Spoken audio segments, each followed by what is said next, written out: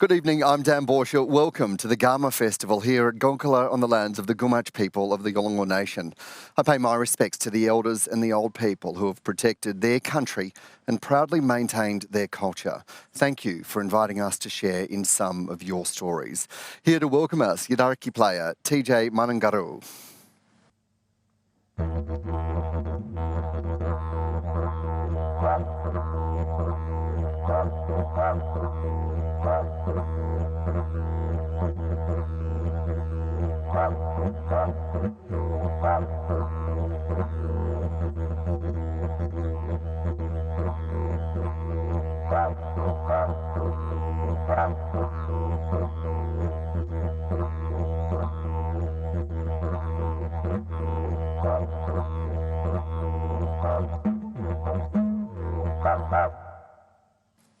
As we prepare to vote in a referendum tonight, we bring together the different sides of the voice debate, and you'll hear directly from the people gathering here.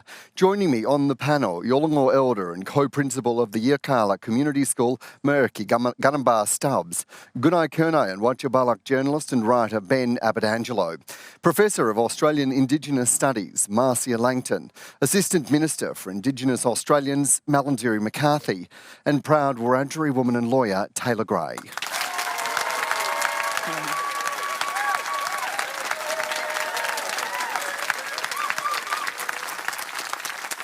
And local legends King Stingray will be here with a musical performance a little later. Welcome to Q&A.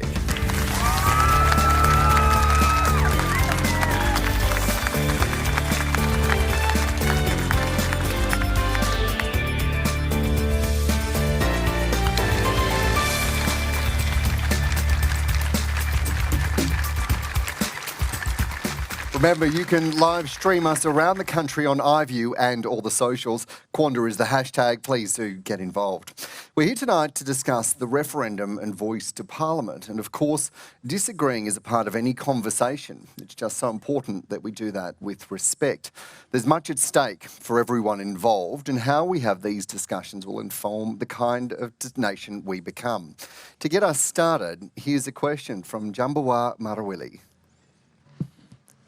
Hello everybody, my name is Jambo Marauli from Gumatj, Ithua Mararba clan, and here is my question. As the last artist alive of the Barunga strike bands, I must ask what shall be the first thing that voice to Parliament should do. You should all speak from your own country. What do you think?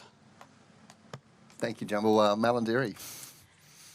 Thank you, Dan, and thank you, Jumbo. And I certainly too acknowledge that we're on Yolngu country here, and it's just beautiful to be at Gulkula, even though we also commemorate Yunupingu whilst we're here, Dan. I would say, Jamboa, I feel we go to too many funerals. I think every week we're burying too many of our family. I would like to think that if we are successful in this referendum, that we would focus on ensuring that we do close the gap. We see too many of our young people commit suicide, more so than non-Indigenous people in this country. We certainly don't have the life expectancy that we should, and I would like to think that if we are successful, Dan, in this referendum, that there will be a concerted focus on making sure that our people survive. Mariki, if it were to be successful, what do you think is the first thing that a voice to Parliament should be investigating? I think that the first thing that they should be investigating is going to the people themselves, the root people that live on the land, because there are so many issues that concern and affect Yolngu right throughout the nation, and ask, like, what do they want? Because every region, in whether it's Queensland, Northern Territory, Western Australia, they have different ideas and different way of doing things, so that we can all come together as one people to open up non-Indigenous people, open up their minds and their hearts. Ben, what do you say to that? I think it's a great answer, first and foremost. And I do want to acknowledge as well that we're here on Yolngu country at a very special time. Last time I was on Q&A was with Alan Jones talking about racism and Bridget McKenzie talking about integrity. So it's great to be in esteemed company, and I mean that sincerely. I think it's, you know, every nation has different challenges and opportunities across the country. We recognise that there's no homogeneity to our experience as Indigenous people, but I think for me, what is at the core of who we are is, you know, our country and our kin, you know, people and place. So I recognise that we're in the midst of, an existential crisis with climate change, and I think that First Nations people have an outsized role to play if any form of balance is to be restored. And I think that, doubling down nation to nation, region to region, and putting First Nations people at the forefront is not only a way to sustain ourselves and ensure that we're strong, but really importantly, start to tilt, that spectrum back towards balance. Jambua, can I bring you back in? You've just heard from part of the panel. What do you say to that? And what do you think is the first thing that the Voice to Parliament, if it's successful, should do? Well, it is on that day where we were before in 1988, that's it? I think we have gave the message to the Parliament or to the Prime Minister, and that could have been really happened, and gave us the really answer back to us, but didn't work. And I think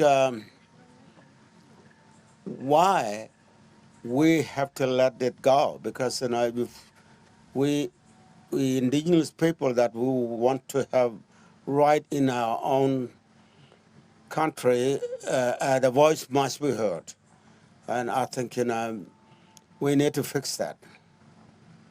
Thank you. Marcia, I want to bring you in on this question about what should be the first thing that the Voice to Parliament would do if successful, and surely part of that would be around design and about who's actually listening. Yes, that's right. Well, as you know, I served with Professor Tom Calmer as co-chair of the Senior Advisory Group in the Voice co-design process, and we presented 2 reports to Cabinet in the last government, and we put a lot of work over 2.5 years into the design of the Voice.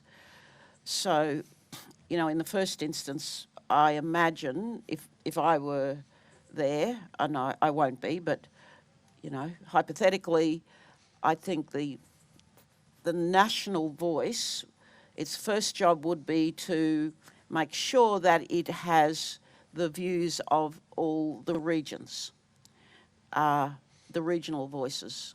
That's very important. So when we designed the Voice, we were mindful of the principles of inclusivity, cultural authority, transparency, accountability, evidence-based policy work, and the need to table written reports. We suggested a parliamentary committee be established sitting alongside the Bill Scrutiny Committee, for instance, to receive those written reports.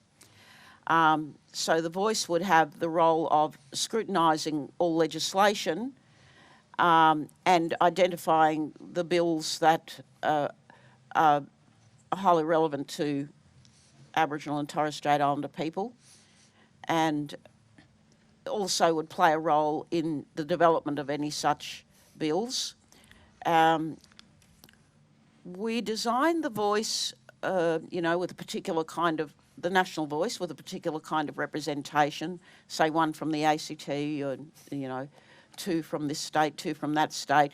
We created an additional 5 seats. We recommended 5 extra seats for people from remote and very remote areas where the disadvantages are the most extreme. We recommended a permanent advisory group made up of youth, Aboriginal and Torres Strait Islander youth, because 60% of our population, actually more than that now, are under the age of 25. And we recommended a permanent advisory group for people who live with disabilities, because 1 in 4 of our people live with disabilities. And so also the Voice would have the ability to appoint, you know, advisory groups on particular matters that they need advice on. So there's that aspect of the, you know, administration and design work that the National Voice would be involved in. And in addition, it will take some time to establish all of the regional voices. So that is a key matter for the next government, or even one hopes this government. But I see that, you know, groups are already convening across the country. So there was a very interesting view put by the Central Australian people, convened by the Central Land Council, and their top priority was food security. So I think from memory their list of issues was food security, health, housing, the high incarceration rates. So every remote region is going to have a list that looks something like that. Of course, another one will be tackling the problem of keeping youth out of detention centres. So here in the Northern Territory, 100% of the children in the detention centres are Aboriginal. So there's so much to do. Taylor, I want to bring you in to round out this first question and take you back to that, and that's that what do you think should be the first thing that the Voice to Parliament would do if successful, coming from the perspective of your nation? Freehold title land. I think we need more land back. And just reflecting on it from a New South Wales perspective, when we look at transactions that have occurred in Australia, in New South Wales, there was a time where we were compensated and land was redistributed to New South Wales, and it was done through the New South Wales Aboriginal Land Council. And what had happened was that's where you had the New South Wales, or the state government, they redistribute land to the land councils for the loss of land that occurred to Aboriginal people between the periods of 1984 to 1998. That's not enough. That's 14 years. A loss of compensation for land, and that's all we were compensated with. 14 years of land. And, you know, it provided a statutory investment fund where Aboriginal land councils had to maintain $485 million in trust. And the statutory framework gave no flexibility whatsoever in times of financial crisis. We were never allowed to dip into that money. There's no self-determination in that. I think the first thing we need is freehold title lands where we can do what we want on the land. We can build universities. We can build law centres, LOIE. We can build all that on our terms. Land back, freehold title. Yeah. Well, let's stay on this topic. Here's Janice Hegener. Good evening. My question for the panel is, why did the Prime Minister come here to Garma without a date for the referendum? Melandiri. Great question. One of the things the Prime Minister has said in the lead up to Garma is that, and he actually said this after we went through the Constitutional Alteration Bill in June, which was the final bill that we needed to pass in order for there to be a referendum. And he did say in that press conference that the referendum itself required, 33 days before it could be called. And I think when he said that, and that was the first time I certainly heard it as well, I realised then that he probably wouldn't call it here at Garma. I think it's important that we acknowledge that whilst Garma is an incredible gathering place for so many people here on Yolngu country, there is still so many First Nations people, but all Australians across the country that still need to be reached.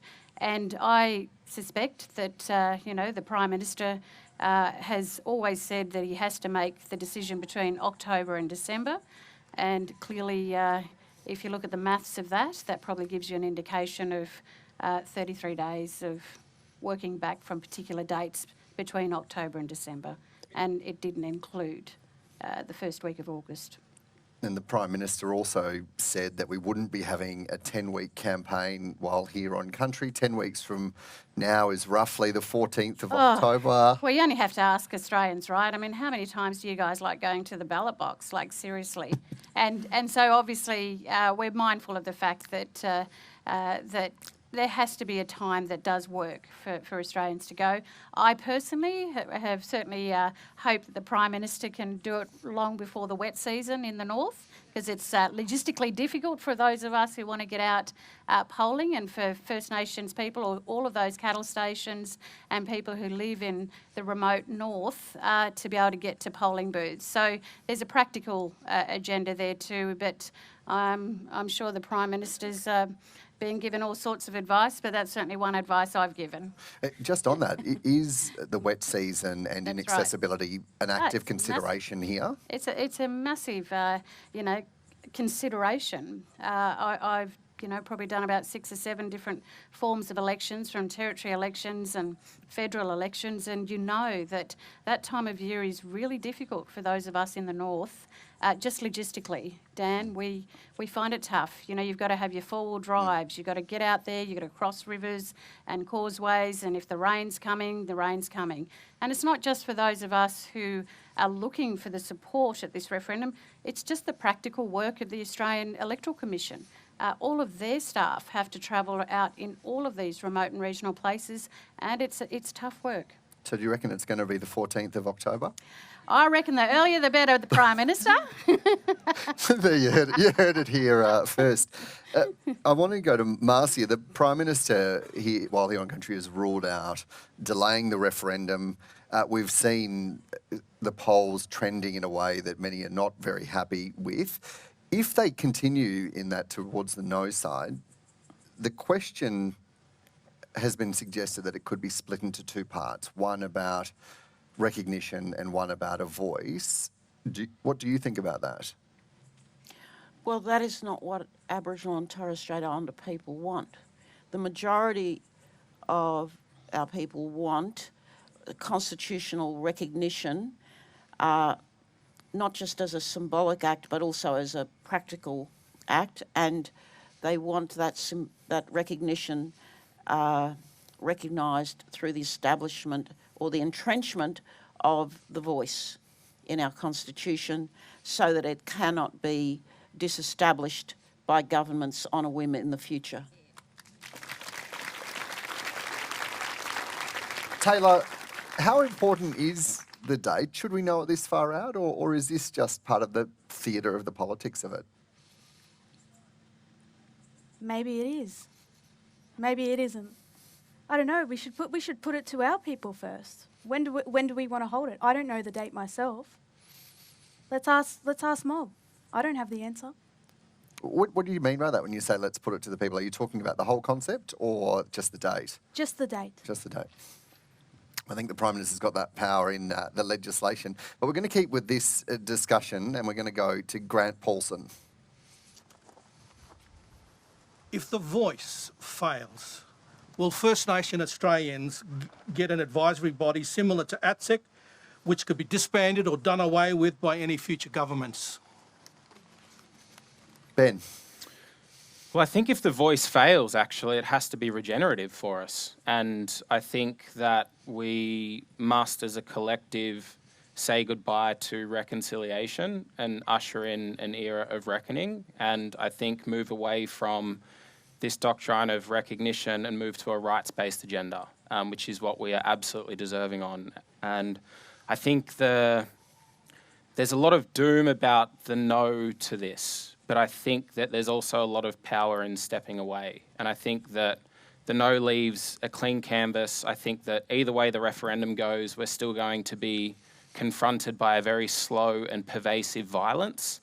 I still believe that if the yes goes ahead, then the Commonwealth, which we'll be subservient to, will still be jointly controlled by fossil fuel companies, and increasingly in the Northern Territory as well, the US military. So I think we'd need to get back to a rights-based approach, which is written out in all of the, the previous bark petitions and political statements. And I think not lessen ourselves for an advisory body, but pursue something that gives us our rights, and that is self-government, self-determination, and something that will be able to sustain us and ensure that we have institutions that are centred around our ways of knowing, being and doing. Ben, can you just explain to us where you're sitting on the referendum and the voice to Parliament discussion more broadly? Yeah, I feel as though that we are recognising us as peoples, for me, is nothing. I think an advisory body speaking up to the same institutional machinery that has been slaughtering us forever and a day is unacceptable. I think that being subservient to a government which is jointly owned and controlled by fossil fuel companies and the United States military, that they rely on our land and resources. We are the necessary collateral damage. And I think moving forward as well, importantly for the northern half of the country, as Australia looks to sell itself out as a renewable energy, a supercharged renewable energy model, all of those critical minerals lay underneath the feet of First Nations peoples. So I see us, if the voice goes ahead, an era of a new and pervasive slow violence, and unfortunately, in the midst of an ecological collapse, us being positioned as the necessary collateral damage for the empire to once again change its face. Mariki, I want to bring you back in. This question goes to what happens if it fails, and the potential of, or should there be a potential of some form of advisory committee in an ATSIC style? What do you think? Well, in all of Arnhem Land, in central Arnhem Land, we have what we call Adilak councils, where leaders of all clans come together. And in this council, we solve our issues, or we solve things that, big issues that are coming into our countries. And in this council, we talk about what to do and how to do it all together from each of those clans. So, something like that would be a really good role model for an advisory group, not like ATSIC, but as a leaders who come together from each of these clans in your regions. And you're a member of the Dilak Council. I understand you've just become a member not too long ago. What was it that drove you to that, and why do you see this as being something that's important? Well, I think because I know I can talk up, and I can talk for my clan. And I think it is time that someone steps up.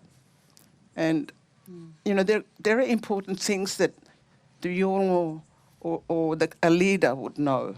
And to be able to talk through really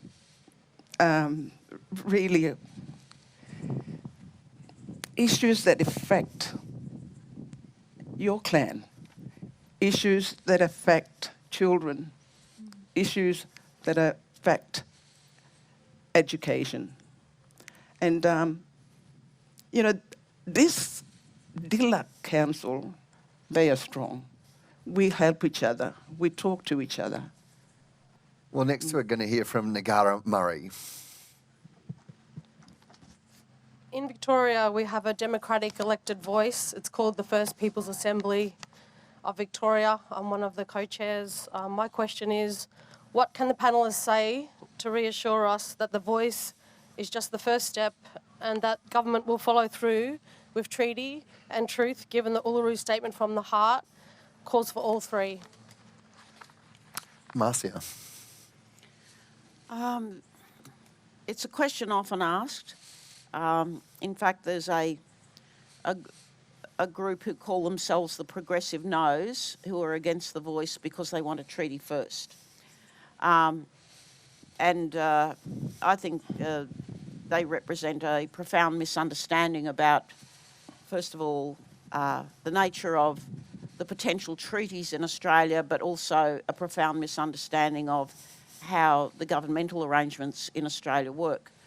So Victoria was the first cab off the rank in legislating for a treaty process. And it's been very successful. And I believe that Ngara has just been elected in the second First People's Assembly election. So this is the second term of that assembly. And we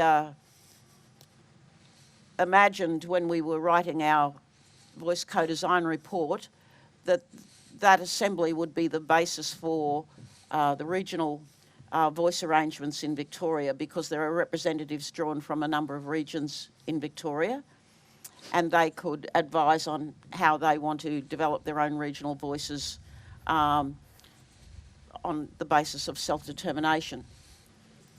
So Victoria is the most advanced jurisdiction in terms of negotiating a treaty, and I believe that they're now moving towards the actual negotiations. We have treaty processes also in the Northern Territory, and maybe Mullenderry can talk about that, and also in Queensland. So in Queensland there's legislation, and the treaty process is well underway in Queensland as well. So whether there would be a statewide treaty or a number of treaties based on, you know, the peoples such as Gunai Kurnai or, you know, Yorta Yorta or whatever, that is up to the local peoples to decide. But you all see, the other thing is, we already have hundreds of Indigenous land use agreements. So the Uluru Statement from the Heart refers to agreement making. So voice treaty truth doesn't just refer to what people imagine treaties to be, but also to the entire agreement making process. They're a fundamental part of the Native Title Act is the right of people with native title interests to sit at the table and negotiate the terms of proposals on their country. And as a result, most of these agreements are already in place. There are hundreds that they're legally binding contracts registered in the federal court, and corporations and companies and institutions, Telstra, have these partnership arrangements with the traditional owners all over the country. As we go forward, it's very important, I think, to read that report of, I believe, the Referendum Council and, you know, the Uluru Dialogues on the Makarrata, which is a term that the great man from here gifted to the Uluru Convention as a, you know, very important, powerful word for settling conflicts. And so as people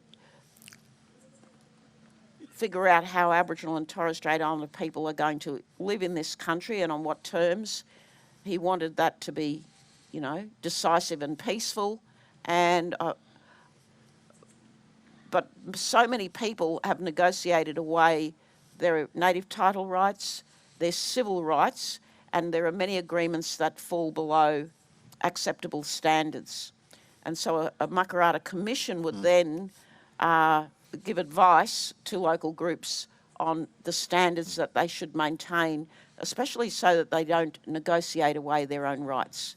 If they don't have good enough lawyers, if they've got, you know, people from the state government on the other side of the table who are tough negotiators, they might, you know, forego an existing right. And we've seen that happen in a great many cases. So it's a complicated field.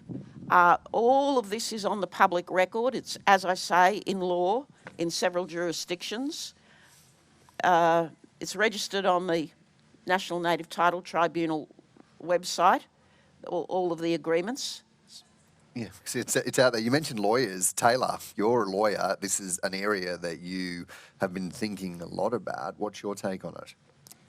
I like what Ben says at the start. I don't think an advisory committee is enough, and I like what Professor Marcia Langton says as well, that a treaty is not enough on its own. Dan, you and I spoke the other week about the United States and what they were doing, and I told you we shouldn't compare apples to oranges because somebody told me that. But it's important to draw on the lessons on what foreign jurisdictions are doing. They had 400 treaties, over 400 treaties and agreements in totals. One of them is yet to be honoured in totality, just one. So we need something more here in Australia as well. And I love looking at the United States to see what they're doing. And one thing, their approach is that they have what's called a fiduciary duty, that to look after and work on treaties with its First Nations people. And from that, they've created what's called an Indian Claims Commission, which went from 1946 to 1978. And that dealt with fraudulent land transactions, a lot like what's happening here. And it had binding decisions as well. It had an arbitrator, and whatever the decision was from that commission, that it was binding. And it's not perfect, but I truly do believe it's a first step in general policy of restitution for the past betrayals. We could implement something like that here. I think the Makarrata Commission sounds fabulous. On the proviso that, there's binding decisions, because we look at New Zealand and we see what they're doing with their Treaty of Waitangi Tribunal, and it gives recommendations. We know the issues with recommendations. The government doesn't follow that. I think I'd maybe add to that, and to answer the question, what reassurances can I give? None. I mean, every time we've gone to the well, we've been pushed in. The Solicitor General's advice is clear that, the government doesn't have to listen, acknowledge, respond to any of the advice that it's given. The language has changed throughout the campaign significantly. So I don't think that we can give any reassurances. And I think there is good theory and reasoning for why there's a lot of grassroots people that do want treaty first. I recognise also why groups like Woodside and the Minerals Council and all these other fossil fuel companies that are in support of the Yes campaign would want a voice first. So I think, and maybe building on what Taylor's just said, I don't see a treaty as an end game either. I think it's a first step in itself. But I think genuine agreement making that actually deals with the voice doesn't deal with the heart of the issue here, that there's a foreign entity that's been imposed on these lands. I think we need to get to the heart of it with maturity, with a guise of reckoning, and treaty and agreement making is absolutely something that we should continue to pursue. And can I just jump in on that as well? I think a lot of the broader public forget the skills that First Nations people possess. In my fourth year of law school, I remember Dr. Bin Lee, the very first words that he said to our class was, Indigenous Australians are supreme dispute revolutionists and supreme negotiators. That is our innate heritage. That's us. And I want to flag as well, the government's buying back land, and I've had the privilege of sitting in with my supervisor, and we spoke about the pine plantation forest, where the government purchased 125 hectares of freehold title land to harvest trees, and nobody is batting an eyelid about that. Malandiri, I just want to round out this question with you. The question goes to reassurances from the government about the voice being a starting point, and then treaty and truth. And of course, we've heard about the Makarrata Commission. What do you see as the government's role in a Makarrata Commission and truth-telling as part of that? Well, the Prime Minister said on the night, Dan, when we won the election, that we would follow through with the Uluru Statement from the Heart in full, voice, treaty, truth. And it is important. Our country has a history here that we need to look into, and Makarrata is an important word, and we have different words in each of the different First Nations groups that are coming together after a struggle and conflict. There is a great sense of healing in that process, but truth-telling is critical, not only as a nation, in terms of our country as a whole, but also individually, in families, in what we do and how we conduct ourselves. So we are absolutely focused, of course, on the first point of that, and that's the voice. We know how tough it is to win a referendum in this country. We've walked into this knowing how tough it is. Certainly it's been made tougher by not having the kind of bipartisan support that we had certainly hoped for. And we have to stay focused on that, Dan.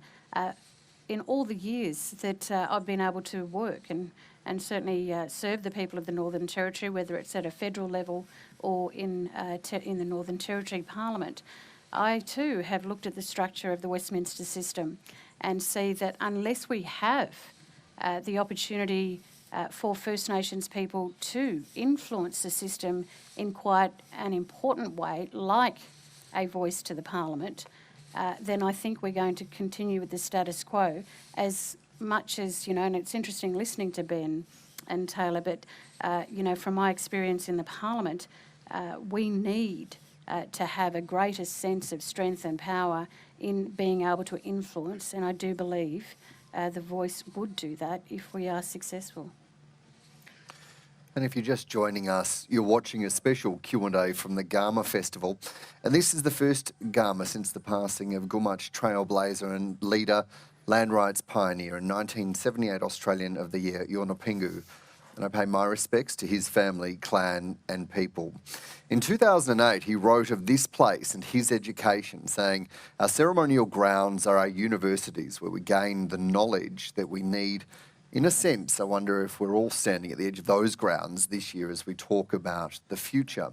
Yorna Pingu lamented the slow pace of change and consistently called for reform, saying that he wanted constitutional change to bring his people in from the cold and into the nation. Meriki, I wonder if you might reflect on the passing of this giant from your country and someone very close to you as well. Well, he always told us that our land is the library, that our land is the university. He is a role model that has taught us to be strong, to be able to go out into the world as a strong Yolngu people. But be sure that you always have to know what the Balanda think. You always have to know how they think. He is a role model, and there are quite a few men and women, Yolngu men and women, who are in the audience that we all look up to. He was my role model, just like my mother, his older sister. Thank you.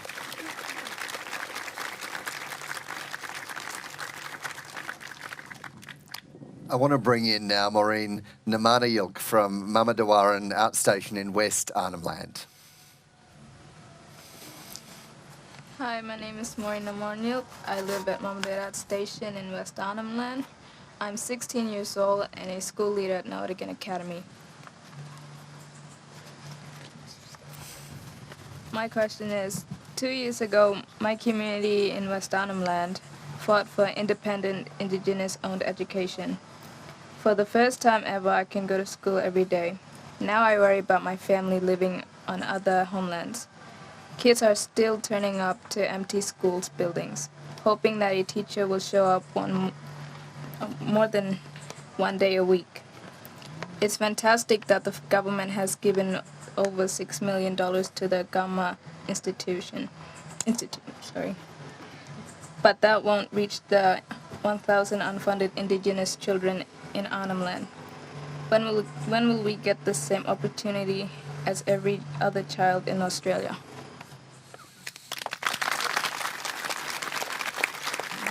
What an outstanding question, Meriki. I want to start with you. Okay, thank you for the question. You said that you were in a private school. There are so many private schools throughout Australia, and a few around here. In my experience, there was a school just down the road here where I went to, and this school was the College, and a lot of Indigenous people right across from here to Western Central and Western Arnhem Land who had come here. and it catered for year 7 all the way to year 12. We all lived together here, and but it wasn't a private school. It was a public school, and that's how our parents wanted it to be.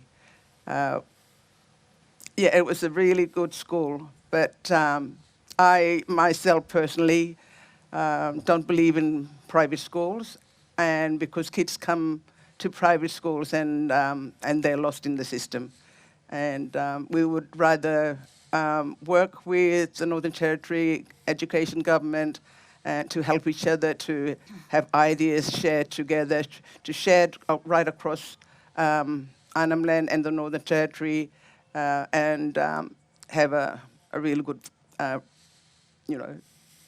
so that we can work together.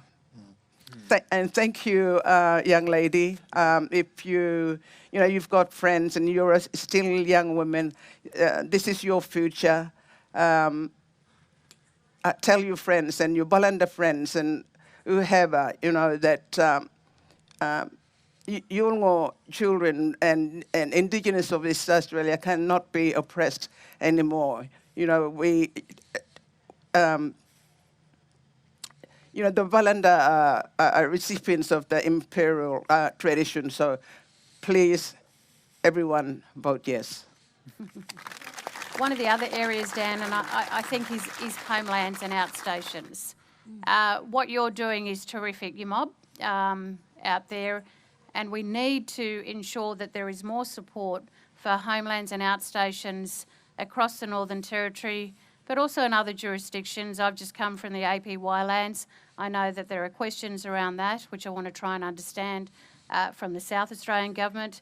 But in the Northern Territory, we've been pushing, and I know Marion Scrimger, who's a member for Lingiari, has been absolutely passionate about that in terms of the communities here, Dan, that we have to see the homeland supported, and we did that through $100 million to the Northern Territory to ensure that that would keep going, and we want to keep working on it.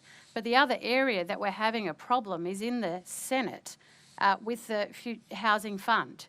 We need to be able to pass pieces of legislation that can enable us to give the houses where we need them right across Australia, but in particular in places like where Maureen comes from. Thank you. And next we have a video question. This one is coming in from Narelle McRobbie.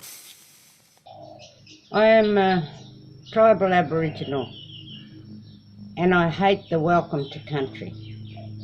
As a tribal person, why? Welcome every other bastard on country when I, as an Aboriginal person, have never felt welcomed on my own ground. On my own dirt, never been felt welcome.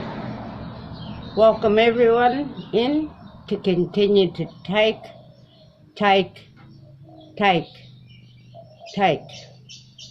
What do you reckon? Wow. Ben, what do you reckon? Well, the unwelcome, or you're not welcome, I think it poses some really hard truths. And we see, blackfellas and the generosity and the spirit of care that is innate to who we are as a peoples, despite the enduring mess that continues to get imposed on us, still turning up to provide safe passage and welcoming to people who are often doing the oppressing. So I think it's, it's interesting, right? We see welcome to Canberra's welcome to countries in Canberra for policymakers then to go and institute rations cards or to finance fossil fuel companies against the wishes of Indigenous peoples like Middle Arm. I've seen Uncle Richard Fijo here, and knowing that the government is pursuing gas expansion against the wishes of the Larrakia. They're passing deep sea dumping bills, which enables gas expansion against the wishes of the Tiwi traditional owners, fracking in the Beetaloo Basin. I mean, the list goes on. So Yeah, I think to Arnie's question, it's I love the way that she's reframed it, and I think it causes paucity in the thinking, and yeah, maybe it's time that we stop being so welcoming. Marcia, what do you think?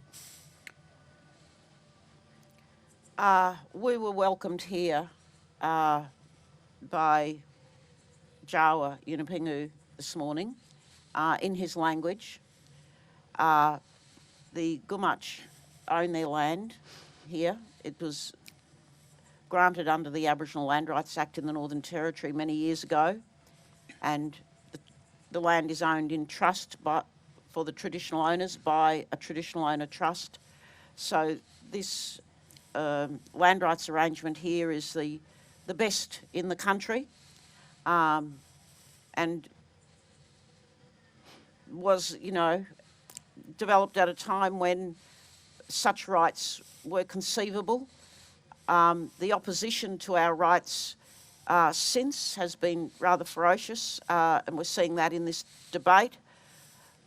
I think many Aboriginal people around the country who do not have their land rights and face the kind of racism that our interlocutor would face in North Queensland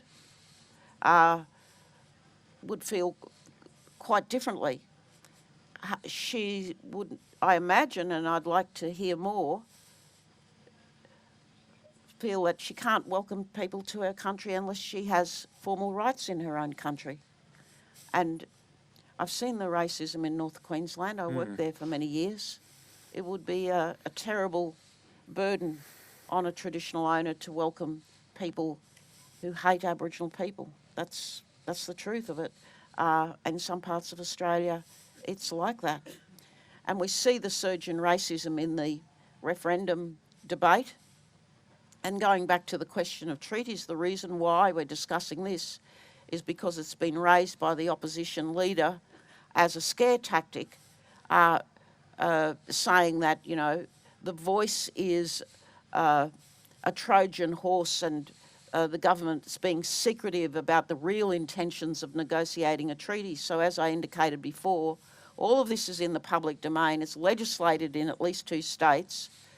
There are the Indigenous land use agreements, and furthermore, the opposition spokesman has been speaking personally to corporate leaders and telling them that they're wrong to support the voice.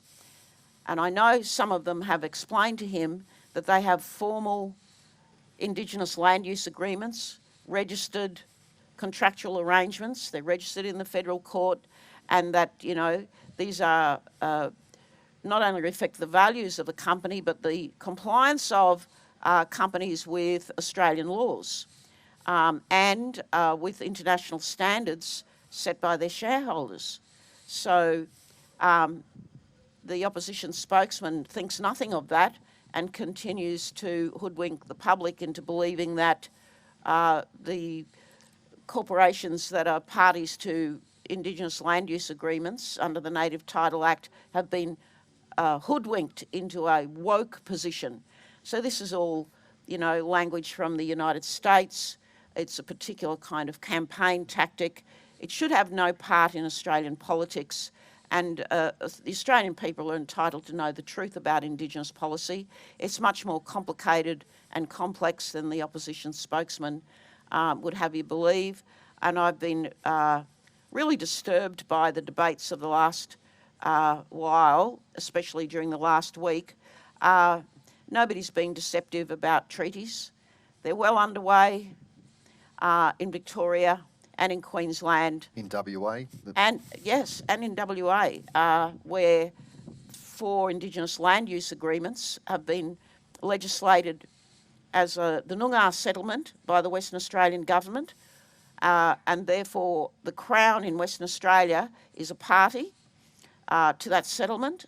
It's a comprehensive settlement, and on those grounds, according to Professor George Williams, it could be described as a modern treaty, because that's what modern treaties in Canada look like. So in some parts of Queensland, it's entirely possible to whip up hysteria about, you know, Aboriginal people getting rights that white people don't have. It all sounds rather like, you know, 92, 93 in the Queensland election when Pauline Hanson was elected. The debate has shifted to, you know, a kind of Pauline Hanson One Nation platform, and Australians who don't keep up with all the complexities of policy and legislation don't understand that despite that vast administrative regime sitting over the top of us and the legislative regime, people still don't have houses, children still don't have schools, that teachers, the young lady just told us that their schools are empty because the teachers are not turning up because there are no teachers. This is a desperate situation. Education is a very high priority for us, and yet we don't have the teaching force in our communities. And yes, it's the responsibility of the states. So this is another function of the voice that's tremendously important. So we imagined when we were designing the regional voices that they would have direct relationships with state and territory governments and therefore start to sort out these education problems. But the national voice would have the convening power of a national advisory body to bring the Commonwealth, the states together to resolve matters of national priority like education. There are hardly any secondary schools in remote Australia. There are so few, and this is why private schools are stepping in and providing scholarships to children in remote areas, because there are hardly any secondary schools. They're not getting a secondary education. Malandari, I want to bring you in. How do you feel when you hear Narelle saying that she doesn't feel welcomed on her own dirt? And we might need to just keep it a little brief for her. Sure. Hurtling towards the end of the show. Okay. Well, firstly, thanks, Auntie Narelle. I think that's important to hear your views. And it is good to hear it from the perspective that you don't feel welcome yourself. But can I just say to the audience here, Dan, and to those watching, that one of the things I get when I travel across the country is a lot of people say to me, we didn't know this. We didn't know this about First Nations people when I was at school. You know, we didn't know about these issues. We weren't taught about the history of First Nations people. We didn't even know anything about the land that I grew up on, that it was Wiradjuri, or that it was the Yanyuwa, or that it was the Larrakia. So I hear a lot of that. And what I see from our younger generation now, I mean, even my own girls, you know, they know which country we're walking on and whose land. And these kids, these next generation of Australians, know about First Nations people in this country, and they know that there were people here well before 1788. And I think there is a much bigger message here. Yes, I hear the individual hurt, but I would say to those out there and to Auntie Narelle, I hear you.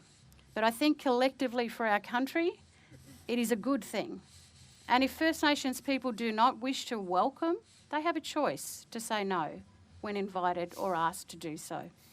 I just think it's a poignant question and, you know, riddled with possibility, because we are, I mean, how undignifying is that, to think that you are obliged to provide safe passage to welcome people when you don't even feel safe or sound on your own soils, when you are trampled on.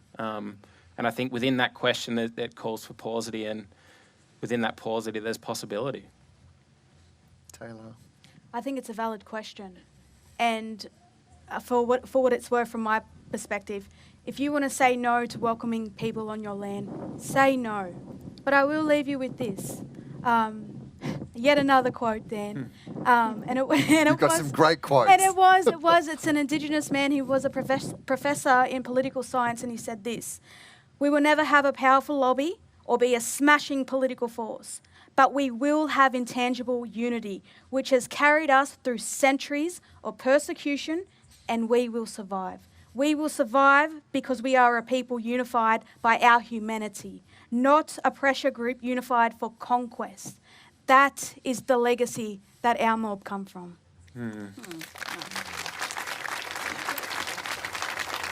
Erki, I want to come to you to round out this conversation about, perhaps start with your response to what you heard from Narelle about the pain that she's feeling. Narelle, I'm not sure what welcome you were talking about, whether it's welcome to country, your country, or whether it is visitors coming into your country. But I will tell you a story, Narelle. There was a time when even I don't remember people in Western Australia or people in Sydney welcoming non-Indigenous people or other peoples. I know because I remember, I'm going to say your name, Markup, Jambua, Marawili, and his clan went to Sydney. And this was quite a few years ago. And they went there to open an exhibition.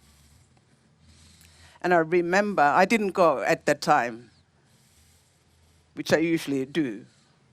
You know, whole lot of us, families go there. But this time I didn't.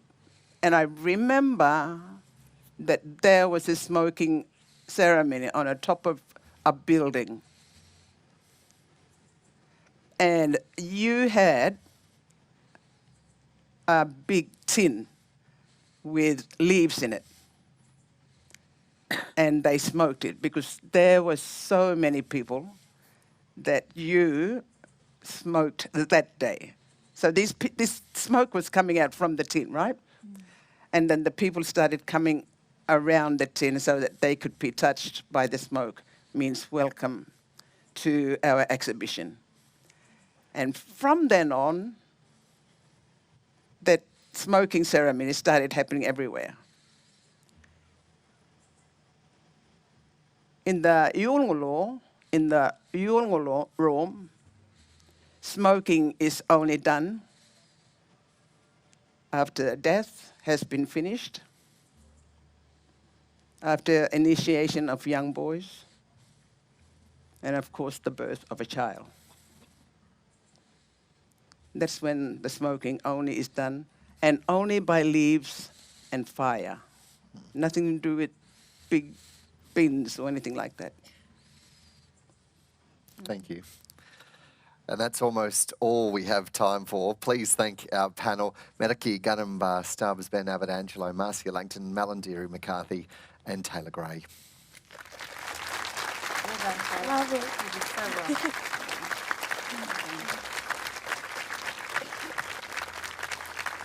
Thank you for sharing your stories and questions, and thanks to you at home for joining the conversation on streaming us on iView as well.